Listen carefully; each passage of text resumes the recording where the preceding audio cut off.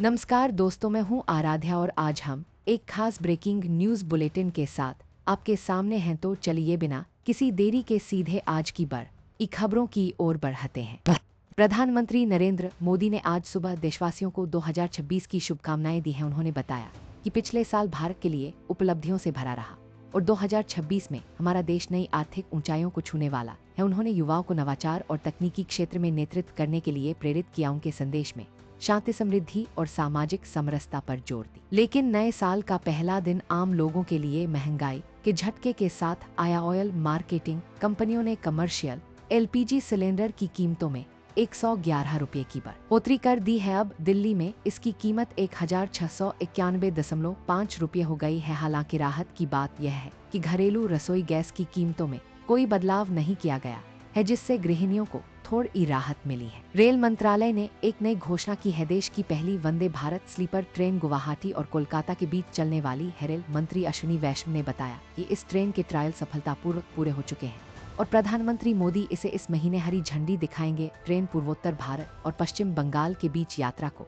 और भी आरामदायक और तेज बनाए। आज एक महत्वपूर्ण द्विपक्षीय समझौते के तहत भारत और पाकिस्तान ने अपने परमाणु प्रतिष्ठानों और सुविधाओं की सूची का आदान प्रदान किया। प्रक्रिया 1992 से चल रही है, जिसका उद्देश्य परमाणु संपत्तियों पर हमले को रोकना है। इसके साथ ही दोनों देशों ने एक दूसरे की जेलों में बंद कैदियों की सूची भी साझा की है, जो कूटनीतिक निरंतरता का हिस्सा है। जैसे जैसे नया वर्ष आगे बढ़ रहा है, उत्तर भारत में घने कोहरे और ठंड ने दस्तक दी है। दिल्ली एनसीआर में दृश्यता शून्य हो गई है, जिसके कारण विमान सेवाओं और ट्रेनों पर बुरा असर पड़ा है। मौसम विभाग ने अगले 48 घंटों के लिए ऑरेंज अलर्ट जारी किया है। कश्मीर और हिमाचल प्रदेश में बर्फबारी की शुरुआत हो चुकी है, जिससे मैदानी इलाकों में तापमान 3 से 4 डिग्री तक गिर सकता है। आज का दिन लाखों केंद्रीय कर्मचारियों और पेंशन भोगियों के लिए ऐतिहासिक है। जनवरी 2026 से 8वां वेतन आयोग आधिकारिक तौर पर लागू हो गया है। इससे कर्मचारियों के वेतन और भत्तों में भारी वृद्धि की उम्मीद है। वित्त मंत्रालय के सूत्रों के अनुसार नए वेतन ढांचे से सरकारी खजाने पर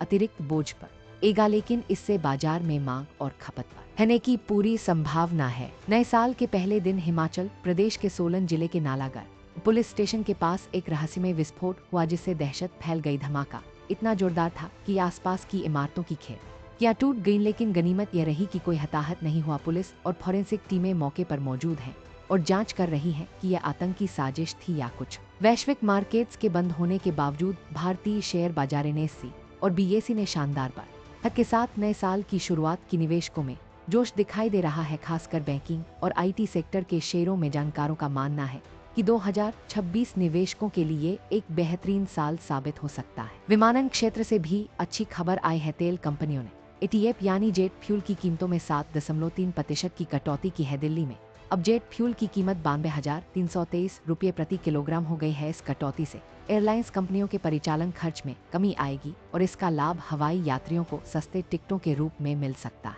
नए साल की पूर्व संध्या पर गिग वर्कर्स की हड़ताल की धमकियों के बावजूद जोमैटो ही और स्विगी ने अब तक का सबसे बड़ा कारोबार किया है। जोमैटो ही के CEO ही दीपेंद्र गोयल ने बताया कि उन्होंने एक ही दिन में 75 लाख से अधिक ऑर्डर डिलीवर किए हैं।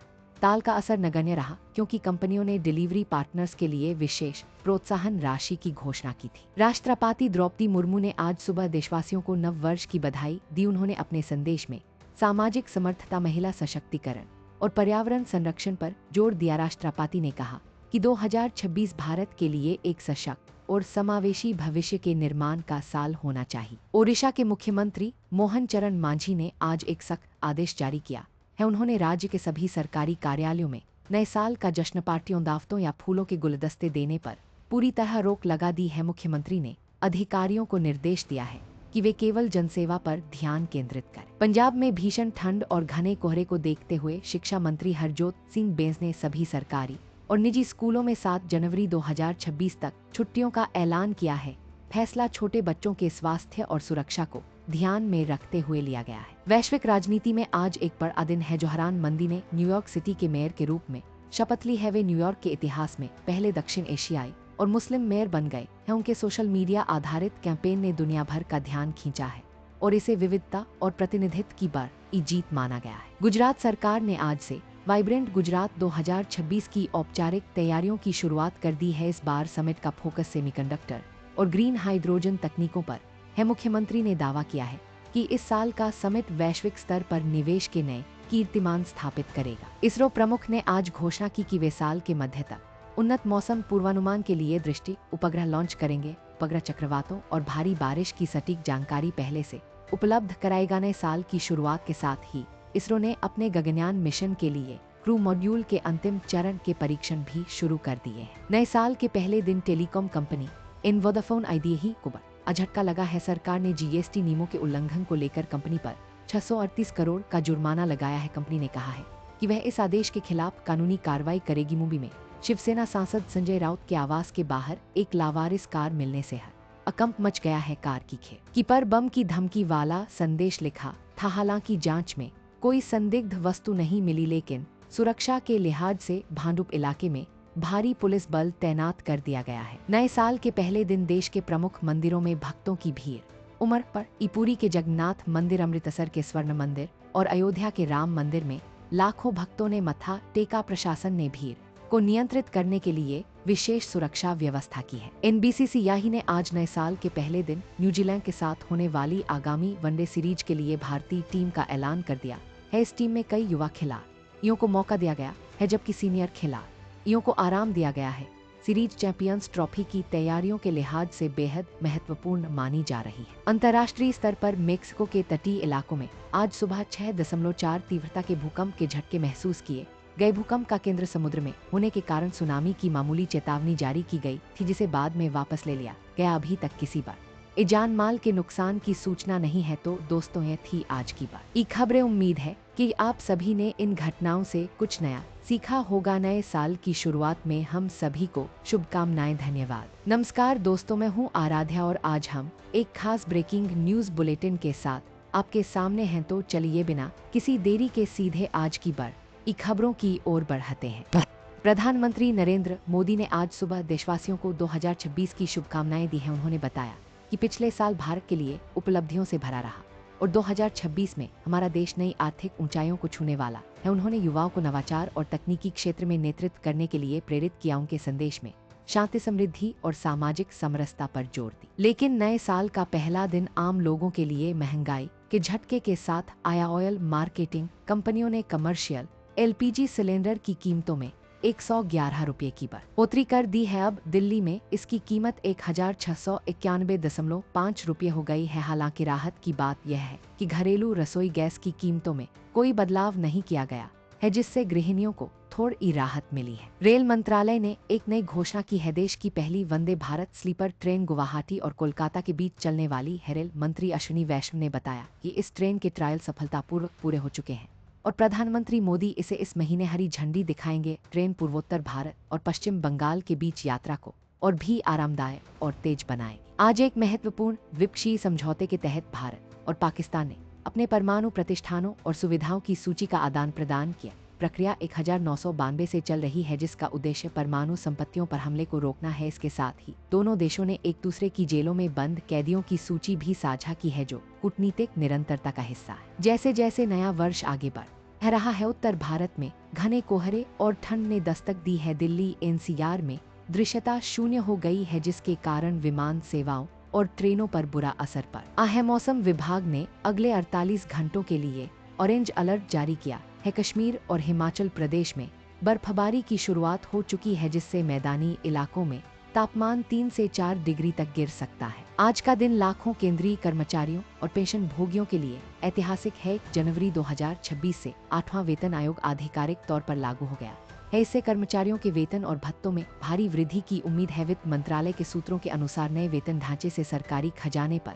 अतिरिक्त बोझ पड़ेगा, लेकिन इससे बाजार में मांग और खपत बढ़ने की पूरी संभावना है। नए साल के पहले दिन हिमाचल प्रदेश के सोलन जिले के नालागढ़ पुलिस स्टेशन के पास एक रहस्यमय विस्फोट हुआ, जिससे दहशत फैल गई। धमाका इतना जोरदार था कि आसपास की इमारतों की खिड़कियां टूट गईं, लेकिन गनीमत यह रही कि कोई हताहत नहीं हुआ। पुलिस और फॉरेंसिक टीमें मौके पर मौजूद हैं और जांच कर रही हैं कि यह आतंकी साजिश थी या कुछ। वैश्विक मार्केट्स के बंद होने के बावजूद भारतीय शेयर बाजार NSE और BSE ने शानदार बढ़त के साथ नए साल की शुरुआत की। निवेशकों में जोश दिखाई दे रहा है, खासकर बैंकिंग और IT सेक्टर के शेयरों में। जानकारों का मानना है कि कि 2026 निवेशकों के लिए एक बेहतरीन साल साबित हो सकता है। विमानन क्षेत्र से भी अच्छी खबर आई है। तेल कंपनियों ने एटीएफ यानी जेट फ्यूल की कीमतों में 7.3% की कटौती की है। दिल्ली में अब जेट फ्यूल की कीमत 92,323 रुपये प्रति किलोग्राम हो गई है। इस कटौती से एयरलाइंस कंपनियों के परिचालन खर्च में कमी आएगी और इसका लाभ हवाई यात्रियों को सस्ते टिकटों के रूप में मिल सकता है। नए साल की पूर्व संध्या पर गिग वर्कर्स की हड़ताल की धमकियों के बावजूद इन ज़ोमैटो और इन स्विगी ने अब तक का सबसे बड़ा कारोबार किया है। इन ज़ोमैटो के एनसीईओ दीपेंद्र गोयल ने बताया कि उन्होंने एक ही दिन में 75 लाख से अधिक ऑर्डर डिलीवर किए हैं। ताल का असर नगण्य रहा क्योंकि कंपनियों ने डिलीवरी पार्टनर्स के लिए विशेष प्रोत्साहन राशि की घोषणा की थी। राष्ट्रपति द्रौपदी मुर्मू ने आज सुबह देशवासियों को नव वर्ष की बधाई दी। उन्होंने अपने संदेश में सामाजिक समर्थता, महिला सशक्तिकरण और पर्यावरण संरक्षण पर जोर दिया। राष्ट्रपति ने कहा कि 2026 भारत के लिए एक सशक्त और समावेशी भविष्य के निर्माण का साल होना चाहिए। ओडिशा के मुख्यमंत्री मोहन चरण मांझी ने आज एक सख्त आदेश जारी किया है। उन्होंने राज्य के सभी सरकारी कार्यालयों में नए साल का जश्न पार्टियों, दावतों या फूलों के गुलदस्ते देने पर पूरी तरह रोक लगा दी है। मुख्यमंत्री ने अधिकारियों को निर्देश दिया है कि वे केवल जनसेवा पर ध्यान केंद्रित करें। पंजाब में भीषण ठंड और घने कोहरे को देखते हुए शिक्षा मंत्री हरजोत सिंह बेंस ने सभी सरकारी और निजी स्कूलों में 7 जनवरी 2026 तक छुट्टियों का ऐलान किया है। फैसला छोटे बच्चों के स्वास्थ्य और सुरक्षा को ध्यान में रखते हुए लिया गया है। वैश्विक राजनीति में आज एक बड़ा दिन है। जोहरान मंदी ने न्यूयॉर्क सिटी के मेयर के रूप में शपथ ली है। वे न्यूयॉर्क के